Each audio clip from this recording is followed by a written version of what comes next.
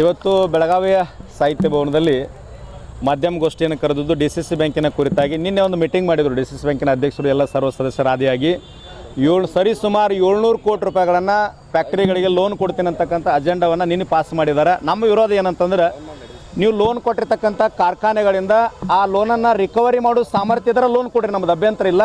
ಅವೆಲ್ಲ ಲಾಕೌಟ್ ಆಗಿ ಹಾಳಾಗಿ ಲುಕ್ಸಾನಾಗಿ ಆಮೇಲೆ NCLTಗೆ ಹೋಗಿ ಟ್ರಿಬ್ಯುನಲ್ಗೆ ಹೋಗಿ ಅರ್ಧಕ್ಕಿಂತ ಅರ್ಧ ಕಡಿಮೆ ತುಂಬತಕ್ಕಂಥ ಯೋಚನೆ ನಾವು ಇಟ್ಕೊಂಡಾರ. ಆ ಕಾರ್ಖಾನೆಗಳಿಗೆ ನೀವು ಕೊಡಬೇಡ್ರಿ. ಕೊಡೋದಾದ್ರೆ ನಮ್ಮದೊಂದು ವಿನಂತಿ ಅದ. ಈಗ ಅಧ್ಯಕ್ಷರಿಗೆ ರೆಸ್ಪಾನ್ಸ್ ಮೂಲಕ ಬಂದಿತ್ತದ, ರೆಫರೆನ್ಸ್ ಮೂಲಕ ನಿಮ್ಮ ಆಸ್ತಿ ಪತ್ರವನ್ನು ಅದಕ್ಕೆ ಹಚ್ಚಿ ಲೋನ್ ಕೊಡ್ರಿ. ಅದ ರೈತರಿಗೆ 40,000 ಕೊಡಕತ್ತೀರಿ. ನಬಾರ್ಡ್ ಗೈಡ್ಲೈನ್ಸ್ ಏನದ 82,600 ಏನೋ ಕೊಡಲಿಕ್ಕೆ ಗೈಡ್ಲೈನ್ಸ್ ಅದ. ರೈತರಿಗೆ ಕೊಡಲಿ ಅಂತಂದಾಗ ಲುಕ್ಸಾನ್ ಆಗ್ತದೆ ನೀವು ಹೇಳ್ತೀರಿ. ಅದೇ ರೀತಿ ರೈತರಿಗೆ ಹೆಂಗೆ ಲುಕ್ಸಾನ್ ಆಗ್ತದಲ್ಲ, ಫ್ಯಾಕ್ಟ್ರಿ ಕೊಟ್ಟು ಯಾಕೆ ಲುಕ್ಸಾನ್ ಮಾಡ್ಕೊತೀರಿ? ನಮ್ಮ DCC ಬ್ಯಾಂಕ್ ಯಾಕೆ ಹಾಳು ಮಾಡ್ತೀರಿ? ನಮ್ಮ ಬ್ಯಾಂಕ್ ಹೆಂಗದ ಅದೇ ರೀತಿಯಾಗಿ ನೀವು ಮುಂದುವರಿಸ್ಬೇಕಂತೇಳಿ ವಿನಂತಿ ಮಾಡ್ಕೊಳ್ತೀನಿ ನಾನು. ಸರ್, ಈಗ ಯಾವ್ಯಾವ ಇದರಲ್ಲಿ ಈ ರೀತಿ ಆಗಿದಾವೆ ಲಾಕೌಟ್ ಆಗುವಂಥ? ಸರ್, ಘಟಪ್ರಭಾ ಆಗಿರ್ಬೋದು, ಮಲಪ್ರಭಾ ಆಗಿರ್ಬೋದು, ಮುಗುಟ್ಕನ್ ಖಾನಾವಳಿ ಇದು ಕಾರ್ಖಾನೆಗಳು, ಸಾಕಷ್ಟು ಕಾರ್ಖಾನೆಗಳು ನೋಡ್ಬೇಕಾರೆ ನೀವು ಎಲ್ಲ ಲುಕ್ಸಾನ್ ಮಾಡ್ಯಾರ. NCLTಗೆ ಹೋಗ್ಯಾರ.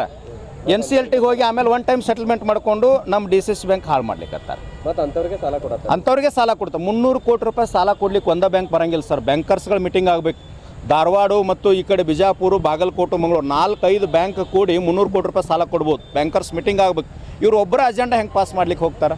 ಸಾಧ್ಯ ಇಲ್ಲ ಸರ್. 700 ಕೋಟಿ ಕೊಡ್ಲಿಕ್ಕೆ ತಯಾರು ಮಾಡ್ಕೊಂಡಿದ್ದಾರೆ ಸರ್ ಅವ್ರಿಗೆ. ಮುಂದೆ ಏನು ಮಾಡೋದು ಸರ್? 700 ಕೋಟಿ ಕೊಟ್ಟರು ಅಂತಂದ್ರೆ 1-2 ಕಂತುಗಳಿಗೆ ಸರಿಯಾಗಿ ವಸೂಲಿ ಇವ್ರು ಮಾಡದೇ ಇದ್ರೆ, ನಿರ್ದೇಶಕರುಗಳು ಅಧ್ಯಕ್ಷರು ಮಾಡದೇ ಇದ್ದರೆ ನಾವು DCC ಬ್ಯಾಂಕಿಗೆ ಹೋರಾಟವನ್ನು ಮಾಡಬೇಕಾಗ್ತದೆ ಸರ್. ಈಗ ಈ ಆಸ್ತಿಗಳನ್ನು ಇಟ್ಕೊಂಡು ಈ ರಾಜಕಾರಣಿಗಳಿಗೆ ಏನಾದರೂ ಕೊಡ್ತಾ ಇದ್ದಾರೆ ಅವರು ಕಡಿಮೆ ದರದ ಆಸ್ತಿಗಳಿಗೆ? ಮೊನ್ನೆ ಜಯಸಿಂಗ್ ಶೆಟ್ಟಿದು ಏನೇನೋ ಗದ್ದಲಾಯ್ತು ಸರ್. ತಮ್ಮ ಮಾಧ್ಯಮದೊಳಗೂ ಬಂತು. ಯಾರ್ದೋ ಜಮೀನು ಯಾರೋ ತೊಗೊಂಡಾರ, ಪೊಲೀಸ್ ಫೈರಿಂಗ್ ಜಮೀನು ಅಂತ ಹೇಳಿದರು. ಯಾರೋ ಮತ್ತೊಬ್ಬರು ತೊಗೊಂಡಾರ ಜಯಸಿಂಗ್ ಶೆಟ್ಟಿ ಅಂತ ಏನೇನೋ ಗದ್ದಲ ಇತ್ತು. ಆಮೇಲೆ ಲೋನ್ ರಿಕವರಿ ಆಗ್ಯದ ಅಂತ ಹೇಳಿದರು. ಹಿಂದಿನ ಅಜೆಂಡಾದೊಳಗೆ ಏನಿತ್ತು, ಜಯಸಿಂಗ್ ಶೆಟ್ಟಿಗೆ ರಿನ್ಯೂವಲ್ ಲೋನ್ 50 ಕೋಟಿ ಅಂತ ಇತ್ತು. ನಿನ್ನಿದ್ರೊಳಗೆ ಕ್ಯಾನ್ಸಲ್ ಆಗ್ಯದ. ಅಂದ್ರೆ ಅವ್ರಿಗೆ ಹೆಂಗೆ ಬೇಕಂಗೆ ಅನುಕೂಲ ಅವ್ರು ಮಾಡ್ಕೊಳ್ಳಿಕ್ಕತ್ತಾರೆ. ಮತ್ತು ಇನ್ನೊಂದು ಸರ, ಈಗ ಆಯಾ ತಾಲೂಕಿನೊಳಗೆ ಏನು ವರ್ಕರ್ಸ್ ಅದಾರಲ್ಲ, ಆ ರಾಜಕಾರಣ ಏನೋ ಉದ್ದೇಶ ಇರಬೇಕು.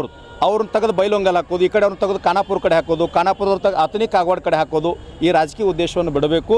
ಇಲ್ಲೇನದ ರಾಜಕಾರಣ ಮುಗೋದದ. DCC ಬ್ಯಾಂಕ್ ಅದೆಲ್ಲರೂ ಸಮಾನರು, ಇಲ್ಲಿ ಸಮಾನತೆ ಮಾಡ್ಕೊಂಡು ಹೋಗ್ಬೇಕಂತ ಅಷ್ಟೇ ಎಚ್ಚರಿಕೆ ಸರ್. 5 ಎಕರೆ ಕಡಿಮೆ ಬೆಲೆ ಬಾಳುವಂಥದ್ದಕ್ಕೆ 100 ಕೋಟಿ ರೂಪಾಯಿ ಹಿಂಗೆಲ್ಲ ಇದು ಮಾಡ್ತಾ ಇದ್ದಾರೆ. ಸಂಜಯ್ ಪಾಟೀಲ್ ಅವ್ರು ಸರ್ ಡಾಕ್ಯುಮೆಂಟ್ರಿನ ಅದ. 123 ಕೋಟಿ ರೂಪಾಯಿ ಕೇಳ್ತಾರೆ. ಅಲ್ಲೇನು ಕಲ್ಲಿಲ್ಲ, ಪೂಜಿಲ್ಲ, ಕಾರ್ಖಾನೆ ಇಲ್ಲ, ಡಿಸ್ಟಿಲರಿ ಇಲ್ಲ, ಶುಗರ್ ಇಲ್ಲ, ಏನೂ ಇಲ್ಲ.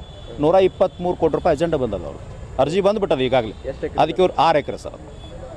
6 ಎಕರೆಗೆ 123 ಕೋಟಿ. ನಮಗೆ 1 ಎಕರೆಗೆ 40,000 ರೂಪಾಯಿ ರೈತರು ಕೊಡಕ್ಕೆ ಅಣ್ಣಾ ಸಾಹೇಬ್ ಜೊಲ್ಲೆ ಅವ್ರಿಗೆ DCC ಬ್ಯಾಂಕ್ ಲುಕ್ಸಾನ್ ಆಗ್ತದೆ. ಹೆಂಗೆ ಸರ್? ಇವರು ಆಧಾರದ ಮ್ಯಾಗ ಅಂದ್ರೆ ಅದೇ ಏನಿಲ್ಲ ಸರಿ. ಅಲ್ಲಿ ಕೊಡೋದು 100 ಕೋಟಿಗೆ 4 ಕೋಟಿ ರೂಪಾಯಿ ಕಮಿಷನ್ ಏನೋದ DCC ಬ್ಯಾಂಕಿಗೆ. ಆ 4 ಅಂದ್ರೆ 4 28 ಹಿಂಗೆಲ್ಲ ಕಮಿಷನ್ ಬರ್ತದೆ, ಲಾಭ ಅದ. ದೊಡ್ಡವ್ರಿಗೆ ಕೊಟ್ಟರೆ ಅಲ್ಲಿ ಲಾಭ ಇರಬೇಕು, ಅದಕ್ಕಾಗಿ ಕೊಡ್ಲಿಕ್ಕತ್ತಾರ. ಅದ ರೈತರಿಗೆ ಲೋನ್ ಕೊಡಂದಾಗ 40,000 ರೂಪಾಯಿ ಲುಕ್ಸಾನ್ ಆಗ್ತಂತ ಓಪನ್ ಆಗಿ ಹೇಳ್ತಾರೆ ಇವ್ರು. ನಬಾರ್ಡ್ ಗೈಡ್ಲೈನ್ಸ್ ಅದ 82,000 ಸರಿ ಸುಮಾರು ಕೊಡ್ಬೋದು ಅಂತೇಳಿ ನಾನು ಹೇಳ್ತೀನಿ. ಈ 700 ಕೋಟಿ ರೂಪಾಯಿ ಏನು ಕೊಡಕತ್ತೀರಲ್ಲ ಅಷ್ಟ ರೈತರಿಗೆ ಕೊಟ್ಬಿಡ್ರಿ. ಈ ಬ್ಯಾಂಕ್ ಯಾರ್ದ್ರಿ? ರೈತರ ಬ್ಯಾಂಕ್ ಸರಿ. ನಿಮಗೆ ಕೊಡಕ್ಕೆ ಹಿಂಗೆ? ಹಾಂ, ಅದು ರಾಜಕಾರಣ ಸರ್. ಅಲ್ಲಿ ರಾಯಬಾಗ್ ತಾಲೂಕಿನೊಳಗೆ ಮೊನ್ನೆ ಒಂದು 20 ಪೇಪರ್ ಕೊಟ್ಟಿದ್ರು. ಡೆಲಿಗೇಟ್ ಪೇಪರ್ ಕೊಟ್ಟಿಲ್ಲ ಅಂತ ಅದಕ್ಕಾಗಿ ಅವ್ರು ಲೋನ್ ಹಾಕ್ತಾ ಇಲ್ಲ ಅಂತ. ಇದು ರಾಜಕಾರಣ ಸರ್. ನಿಪ್ಪಾಣಿಯೊಳಗೆ ಹಂಗಾಗ್ಯದ, ಅಥಣಿಯೊಳಗೆ ಹಂಗಾಗ್ಲಿಕ್ಕತ್ತದ. ನೀವು DCC ಬ್ಯಾಂಕಿನ ಅಧ್ಯಕ್ಷರು, ಒಂದು ಪಕ್ಷದ ಅಧ್ಯಕ್ಷರಲ್ಲ, ನಮ್ಮ ರೈತರ ಅಧ್ಯಕ್ಷರು. ನೀವು ಎಲ್ಲರಿಗೂ ಸರಿ ಸಮಾನಾಗಿ ಲೋನ್ ಕೊಡ್ರಿ. ಈ ಲೋನ್ ಕೊಡೋಕೆ ಸರಿಯಾಗಿ ಡಾಕ್ಯುಮೆಂಟ್ ತೋರಿ, ರಿಕವರಿ ಮಾಡಿರಿ. ರಿಕವರಿ ಮಾಡಲಿಲ್ಲ ಅಂದ್ರೆ ನಾವು ಎಲ್ಲರೂ ಕೂಡ ರಿಕವರಿ ಮಾಡ್ತೀವಿ. 100% ಹೋರಾಟ ಮಾಡ್ತೀವಿ ಸರ್. ಹೋರಾಟ ಮಾಡ್ತೀವಿ. ಸರ್ಕಾರನ ಗುರ್ಲಾಪುರ ತರಿಸಿದಂಥ ಬೆಳಗಾಂ ಜಿಲ್ಲೆ ರೈತರ ಶಕ್ತಿ ದೊಡ್ಡದದ.